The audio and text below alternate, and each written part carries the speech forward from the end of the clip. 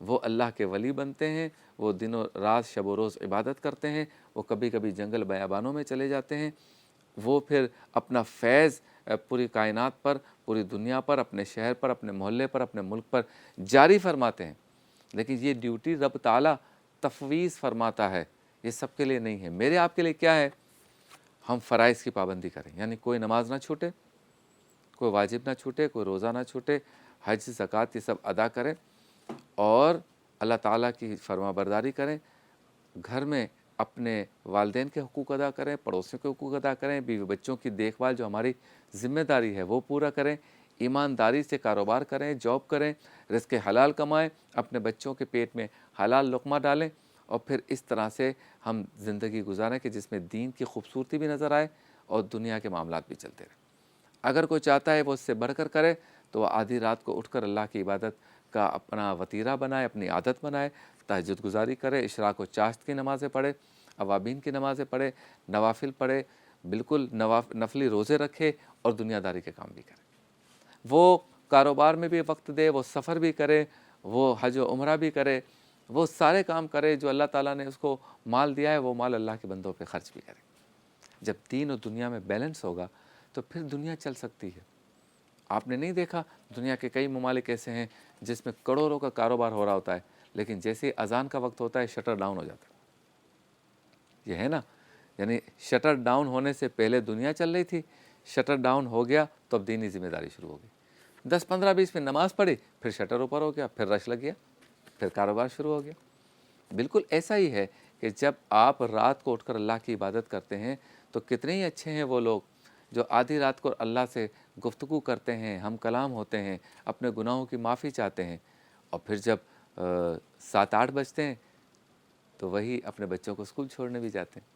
یہ بھی تو ذمہ داری ہے۔ چھوٹے چھوٹے ننھے ننھے بچے کتنے خوش ہوتے ہوں گے، میرے بابا اٹھے ہیں، میری ماما اٹھی ہیں، مجھے ناشتہ دے رہی ہیں، مجھ سے پیار کر رہی ہیں، مجھے تیار کر رہے ہیں، اور مجھے گاڑی میں بٹھا کر اسکول چھوڑنے کے لیے گئے۔ کچھ ہیں جو موٹر سائیکل پہ بچوں کو لے کے جاتے ہیں، کتنے خوش ہوتے ہوں بچے، دعا دیتے ہوں اور یاد کرتے ہوں گے۔ اور پھر جو دین و دنیا کو ساتھ ساتھ رکھتے ہیں ان کی اولاد میں بھی انہیں سکھ نظر آتا ہے، یعنی اولاد سے بھی ان کو سکھ ملتا ہے، اولاد سے ان کو تکلیف نہیں ملتی، اذیت نہیں ملتی، بلکہ سکھ ملتا ہے۔ اور اگر کوئی اللہ کو بھی بھول جاتا ہے اور دنیا داری کے جو نظام ہے اس کو بھی دھتکار دیتا ہے، اس پر بھی پورا نہیں اترتا، تو پھر نہ اس کے ہاتھ میں دین آیا، یعنی نہ وہ اللہ کی قربت حاصل کر سکا، نہ اولاد کا سکھ مل سکا۔ رشتہ دار ناراض، اولاد ناراض، پڑوسی ناراض، والدین کو شکوہ۔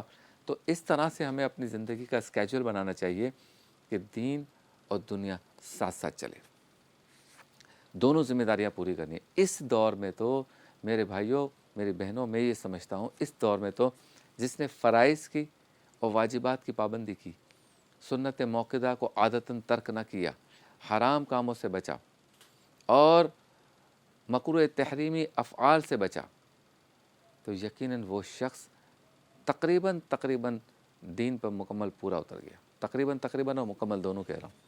تو آپ سمجھ جائیں اس سے کہ اس پرفتن دور میں یہ کام بھی کر لیا تو آپ نے دین تو حاصل کر لیا، یا دینی اب آپ آ جائیں حقوق العباد پر، تو کوشش کریں میری آپ کی کسی گفتگو سے، کسی کام سے، کسی غیر ذمہ داری سے بندوں کے کوئی حقوق سلب نہ ہو رہے، کسی کا ہم حق نہ ماریں۔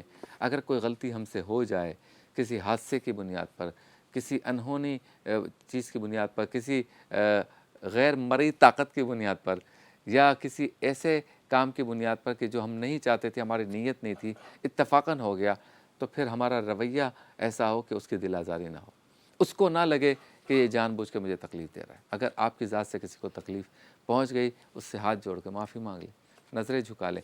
تو جب ہم بندوں کے حقوق بھی اس طرح سے ادا کر لیں گے، اللہ کی عبادت بھی کر لیں گے، اور اپنے اہل خانہ رشتہ داروں جن کی ذمہ داری ہم پر ہے وہ ذمہ داری بھی پوری کر لیں گے، تو گویا ہم نے دین اور دنیا کو بیلنس کیا، دین اور دنیا میں توازن قائم کیا۔ بریک پر جائیں گے، واپس لوٹیں گے، ہمارے ساتھ ایک نیکی میں ہوں گی ڈپلیکس جو ہماری سماجی تنظیم ہے، مہمان آن لائن میں ایک مہمان ہمارے ساتھ ٹیلی فون لائن پر ہوں گے۔ احتیاط لازم ہے میں حکیم شاہ نذیر بالوں کی حفاظت پر گفتگو کریں گے۔ برکت ذکر مصطفیٰ میں 3 بچیاں جن کے مابین مقابلہ ہوگا، نعتیہ مقابلہ، وہ شرکت کریں گی۔ بزم علم و عقیدت میں ریاکاری کے موضوع پر مفتی غلام دستگیر صاحب، علامہ مدنی رضا صاحب گفتگو کریں گے اور ثنا خوان نعت خوانی کریں گے۔ افطار مزیدار میں ہمارے اقبال شاہ خوبانی کا حلوہ بنائیں گے۔ اللہ کے ولی میں حضرت زبیر بن عوام رضی اللہ تعالیٰ عنہ کا تذکرہ ہوگا۔